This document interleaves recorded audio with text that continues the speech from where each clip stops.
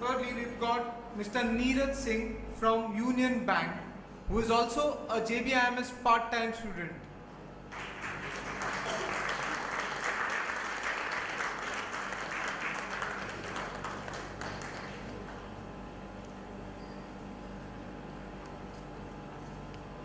The next presentation is iPersonalize, and the presenters are Rahul Gappa, Amrita Shelar, Ankit Dalal, and Mehul Bhua.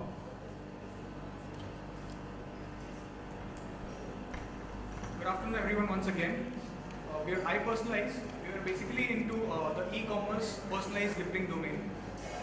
Just to begin with, I'd like to mention my teammates. We are basically a set of 4 people who are passionate about e-commerce, and we want to set up our personalized gifting domain business into e-commerce. We have Ankit Dalal, who's into by profession he's a QA. We have Amrita Shelar, she's into marketing and events. Mehul Bhua, who's a senior project manager. His profession is as a business analyst. And myself, Rahul Gappa. I'm a technical guy, I'm a developer, a Java developer. So to begin with, we'd like to just mention why do we come into picture, what really gets us into picture, what's the exact need. So say suppose you have an occasion and you don't really know what you have to buy for that person. So say suppose you, something wrong with me? Alright. So say suppose you have an anniversary in your family, but you're not sure what to buy. So it's not just happening that what's there in your mind, you just can't transform it to a particular gift, right? So you ultimately have to compromise because of the time constraint or the cost constraint, so on and so forth, and you ultimately land up buying a gift that is very common, say a bouquet or some cash enclosed in an envelope, something of that sort. So there are existing solutions, web solutions on the net, which provide you a wide range of customized gifts, no doubt. Some of them give you a little bit of personalization done as well, but the personalization is up to a limit. And we conducted a pilot market as well, just to elaborate in short how we are able to personalize the gifts as per the needs.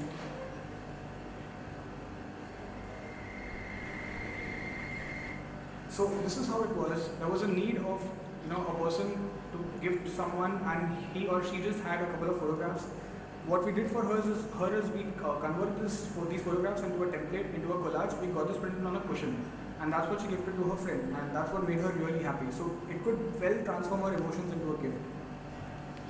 In terms of our propositions, we entered this businesses because it's already a 12 crore plus gifting industry in place. We later on see the statistics as well. What we follow is a simple procedure for the user conveniences. Right, you just pick up a product, you pick a template, you break the template of it, and you deliver. As simple as that. So we provide you unique and amazing modifiable designs and templates for gifting purposes. Now these, of course, as I mentioned, designs can be customized, the photos can be customized. It's basically a micro level of customization. And we've just done a little analysis over the competition. Some of them are Givetor and Colo Photoshop. We're better in terms of design, prints, personalization, as I already mentioned, and we innovate our products bi-weekly or so. And of course, the domain name is catchy enough, so this will obviously help us in terms of SEO as well. In terms of segments, we mainly would like to target the computer savvy people, of course, because it's going to be a browser-based application, the mobile users at a later stage, and of course, for our volumes, we'd like to target the corporates as well. In terms of various categories of segments, gifters, various levels of geography, age groups, events, so on and so forth.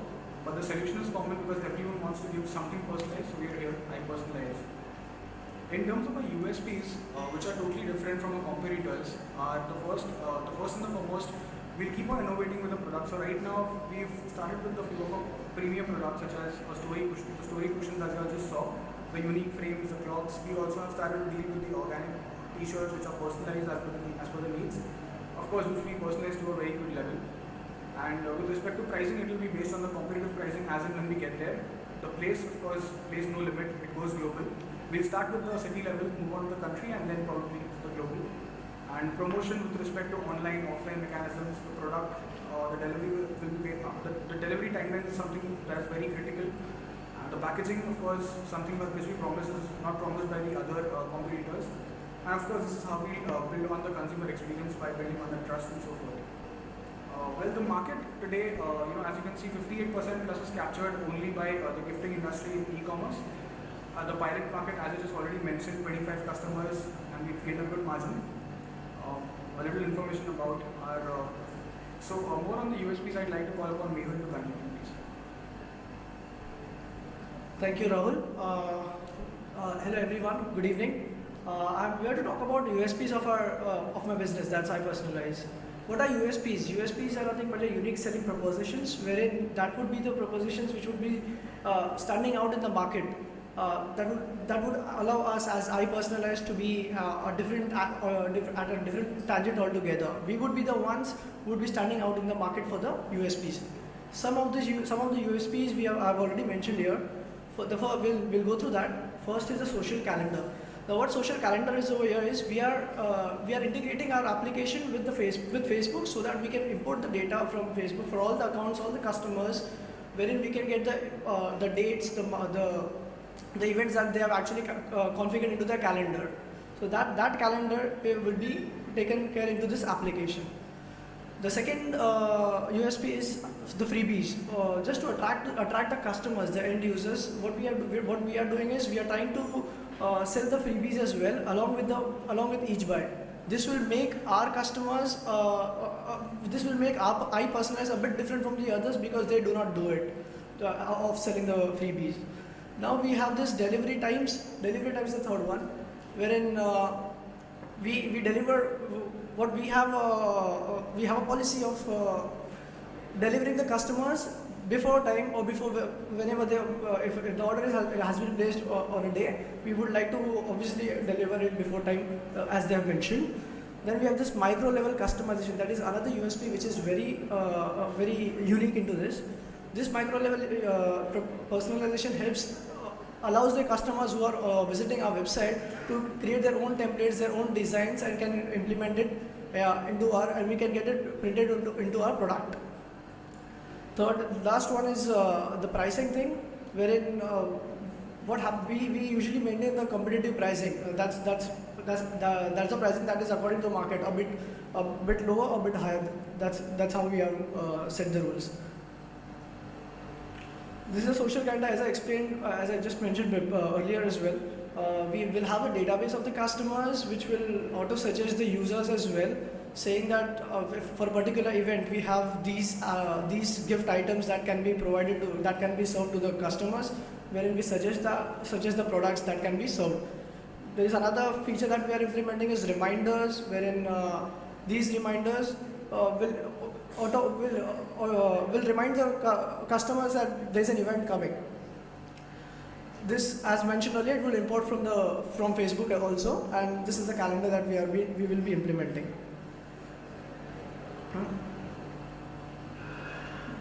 So I would like to go through the channels with respect to the communication. We are using online social media, vouchers, contest, mobile, SEO, the search engine optimization. With respect to distribution, we have many courier types for the local delivery. We will be using the courier types just in case if we think of going global. In fact, we are going global. We'll be using Amazon and eBay types. The next part would be taken by Amrita. I'll be taking you through the key activities for success and risk. To start with, the success. In case of source of the first one is the resource procurement. In case of source of suppliers, if one supplier fails, we'll have a multiple vendor contract so that we deliver on time. And the second one is production. In situation of production glitches or a machine failure, we will need to have a fallback mechanism in place so that we do not have to really depend on one source. With respect to distribution, at present of initial stage of pilot product, we have a tie-up with one local courier, but going ahead we will have a tie-up according to the metropolitan cities to have a widespread in time of delivery.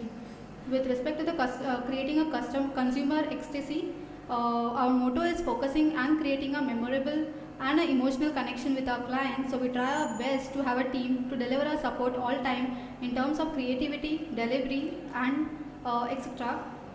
With in relation to the product life cycle and the product aging, what we bank on is the innovation. We'll have a team, a specific creative team that will come up with more and more innovative products so that we do not have more products that are aging.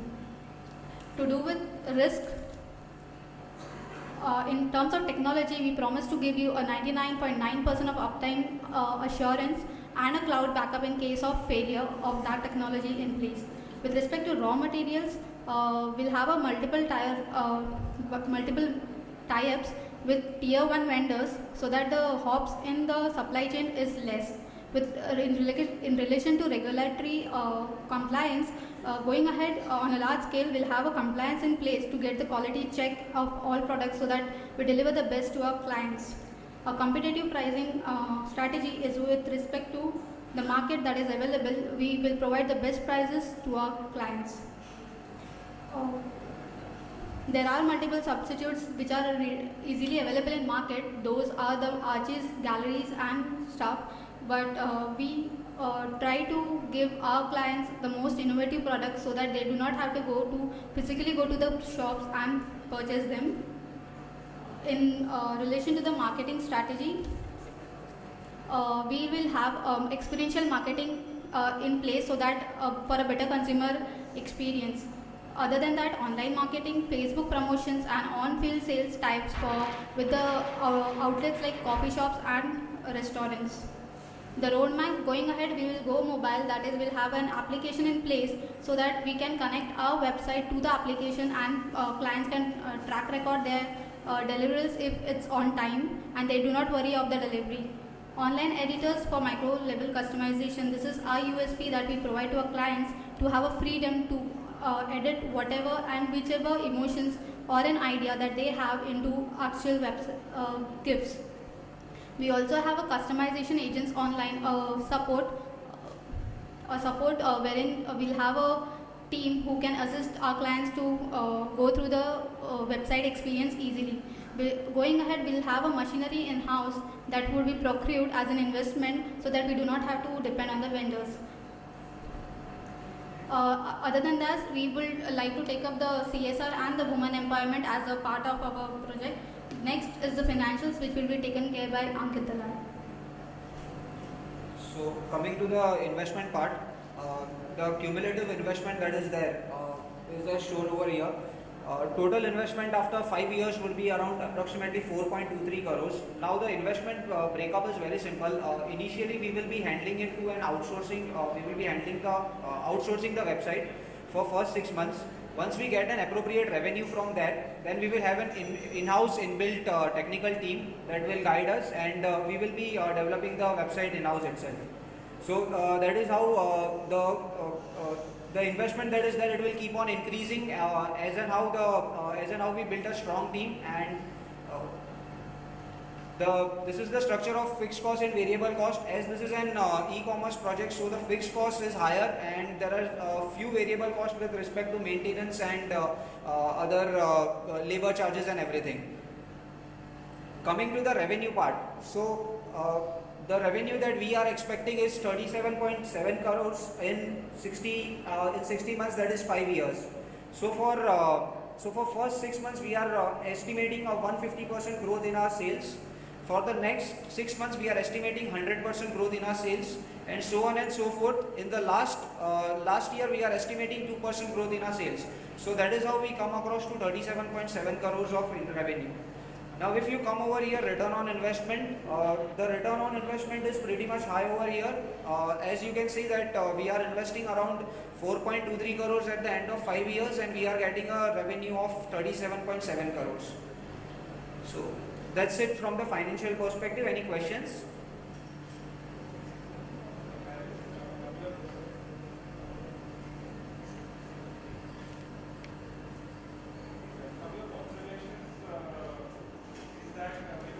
Say you are defining competition. There is some form of competition that is existing in the form of gifting portals that exist today as well. I think you should take a look at the whole wave that happened sometime around last year, where quite a few of them got founded or even to some extent funded. And what is it that is happening with them? If you have some experience, some data, you can share? So we have some data with respect to Gifter.com that was launched in last 6 months only, and it was launched on campus of IIM branch, IIM college, and currently they have visitor of 1 lakh more than 1 lakh per month. It is 6 months only they have launched. So the e-commerce market that is there is pretty much high right now. And the second observation was that while the intent aside, but I do feel that idea of 4.3 crore investment leading to the top line that you've indicated from a current challenges that e-com suffers is slightly a stretch. And when you combine the whole thing about your USPs, look at the USPs you have positioned. Most of the USPs that are listed are going to drain on margins in some form or the other. And then you have the pricing advantage. Both might not always go hand in hand.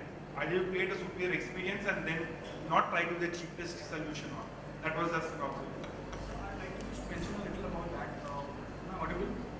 So that's the reason we've given this particular breakup in terms of investment. So for the first bit of 6 months, we'll just be targeting a normal website about 25 to 30,000, wherein we can at least start a business.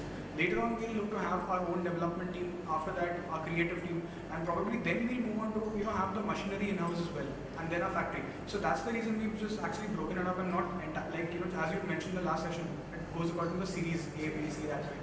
So that's the reason we've just broken it up.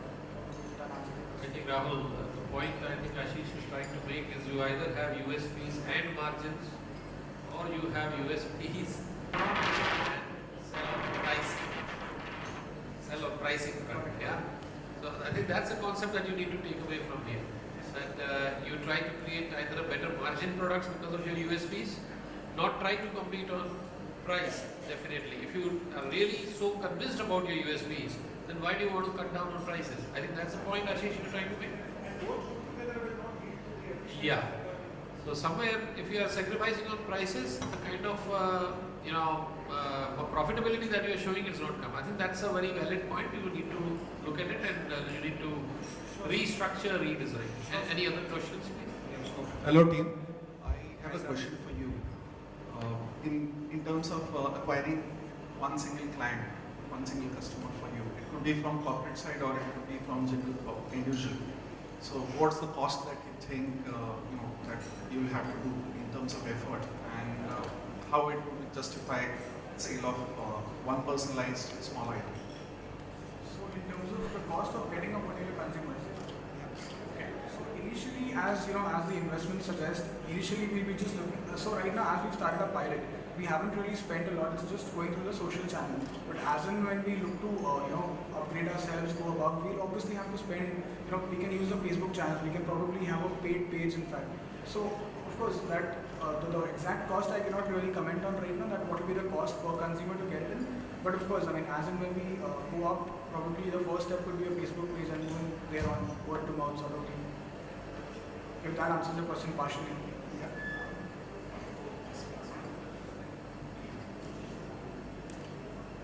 Okay, so quick question, right?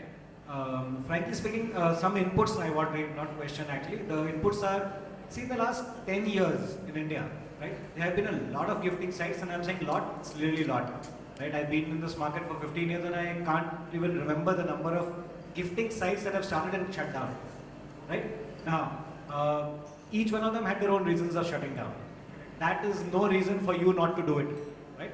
However, I think you need to get a little bit deeper, right? Like you mentioned, especially because your business is online and offline, which means you are acquiring a customer online, you are making him or her purchase online, and then you are fulfilling it offline, right?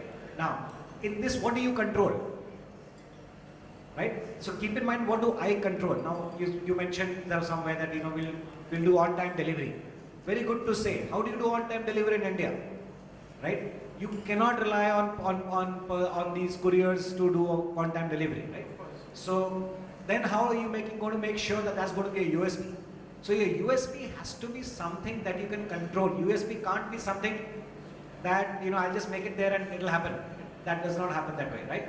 Similarly, even your product. So you're saying I'm outsourcing the website, getting it built by somebody else.